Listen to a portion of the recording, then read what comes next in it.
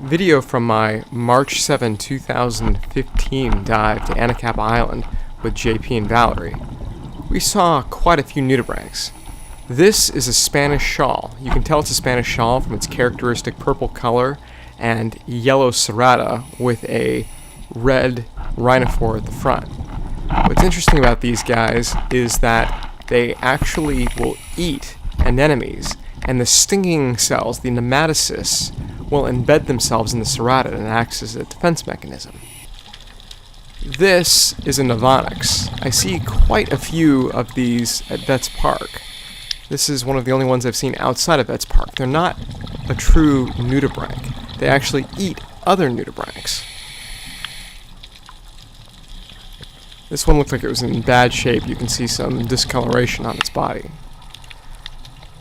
Here's another set of Spanish shawls. I saw 2 sets of 2 on this dive. They were quite pretty. I think I'm finally getting the focusing distance down on my GoPro Hero 4. This right here is probably the best video I have ever gotten of a Spanish shawl. You can really see the rhinophores up front, which are a sensory organ. It's basically where it smells. This is a McFarlane D. This little guy was no longer than the width of your thumbnail.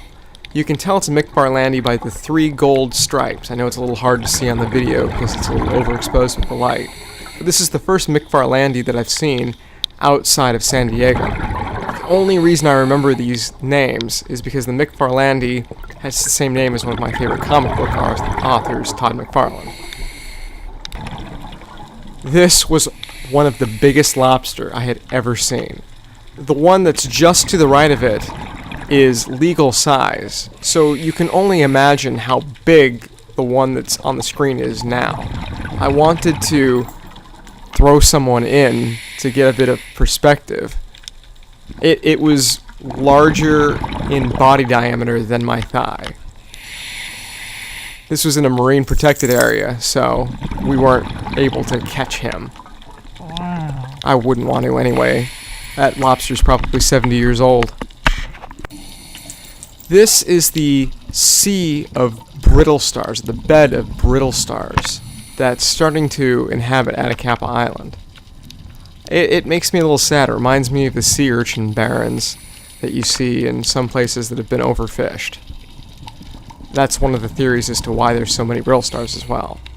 Here was a horn shark that was a Valerie spot. This was a pretty good sized one, probably 3 feet. I don't know how they wedge themselves into these little crevices. We also saw at least 2, if not 3, swell sharks. I thought I would end the video with a little bit of hope. Here's perspective of the kelp, showing that it's finally coming back. The water's cooled. It was 57 degrees, high 56 degrees, and the kelp's regrowing.